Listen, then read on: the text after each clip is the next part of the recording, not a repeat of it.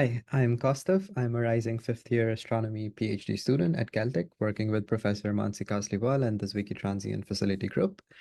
Today, I would be talking about my recent paper on the spectacular transient SN 2023 ZA, which we believe to be an ultra-strip nickel-poor supernovae from a low-mass progenitor. If you're interested, do scan here for the paper link and reach out to me if you have any questions or comments. So I'll start out with the introduction of what is an ultra-strip supernovae. So let's first understand what is a stripped envelope supernovae.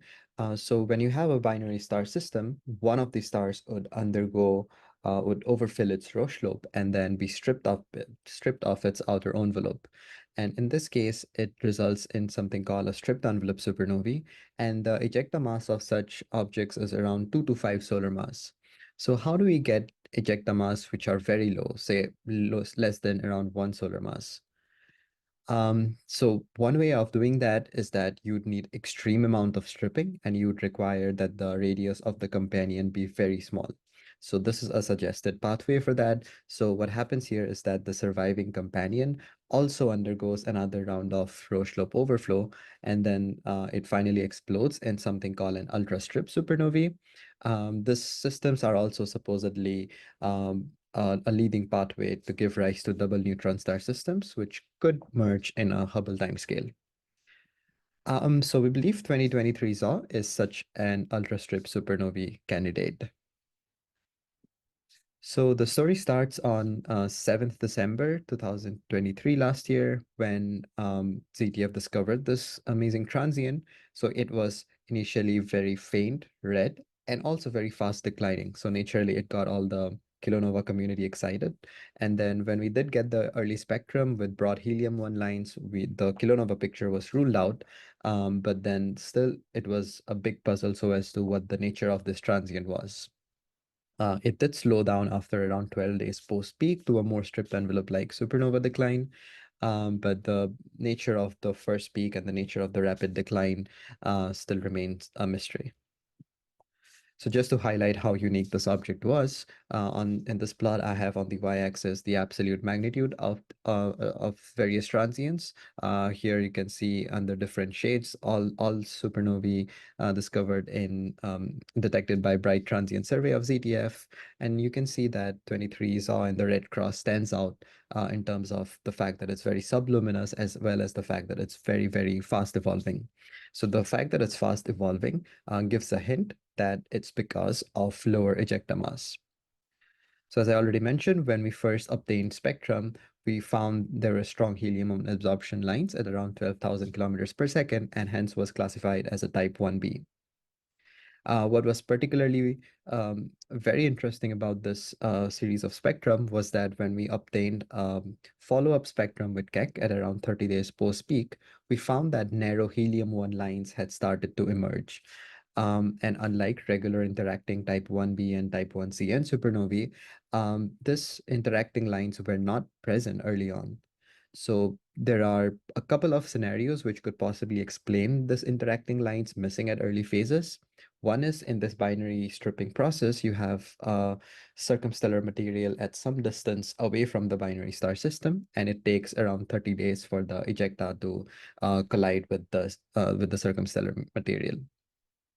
The second, possibly more likely explanation is that when there is mass loss through this binary star system, you have a distribution of circumstellar material in a torus-like distribution, not a nice spherical distribution, but a more planar torus-like distribution. In such a scenario, what could happen is that initially you were just probing the photosphere, which is expanding at 10,000 kilometers per second. Over time, as this photosphere recedes, now the interacting region becomes visible, and you start seeing the intermediate velocity helium-1 lines at around 1,000 kilometers per second. We also obtained a spectrum of the host environment with the Keck cosmic wave imager.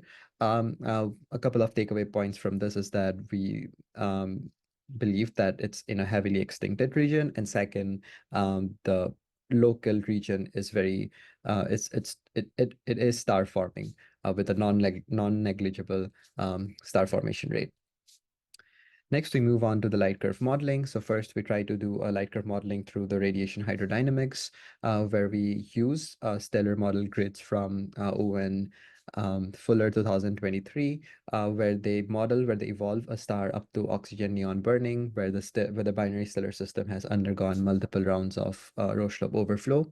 We also model the light curve through analytical expressions of as a combination of shock cooling plus nickel power. We find that the ejecta mass for this is very low, 0.5 solar mass, and that the nickel mass for this supernova is also very low. It's 0.002 solar mass. In fact, the lowest nickel mass in any stripped envelopes supernova seen so far.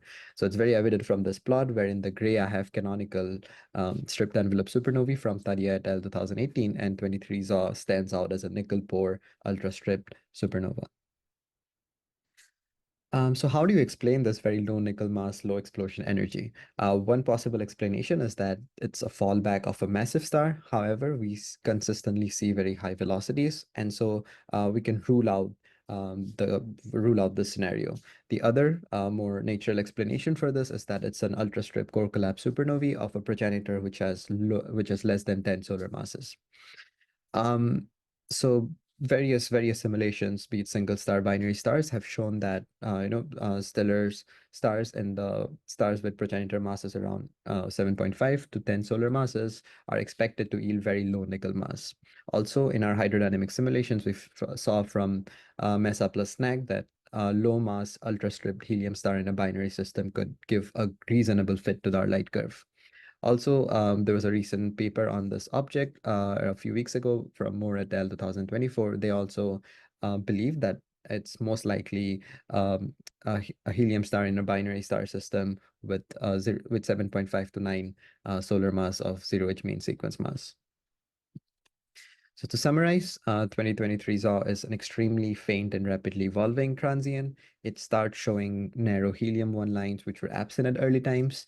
Based on radiohydrodynamic and analytical modeling, we conclude that it's likely an ultra-strip supernovae with very, very low nickel mass, and coming from a progenitor in a binary system less than around or from around 7.5 to 10 solar masses. So I'd like to leave you with a couple of thoughts. One is it has been observed that the nickel mass distribution of stripped envelope supernovae is much higher than type 2 supernovae nickel mass distribution. So while there have been many explanations for this, I guess one explanation is that we are biased against discovering 2023 ZAW-like events, because if you are stripped and if you have low nickel mass, you are faint as well as fast evolving. So that's like the hardest classes of objects to discover. The other is progenitors in the mass range of 7.5 to 10 solar masses should account for 30 to 40% of all massive stars. Then why are 23s or like transients so rare? Or what do binary stars in this mass range explode as? Thank you.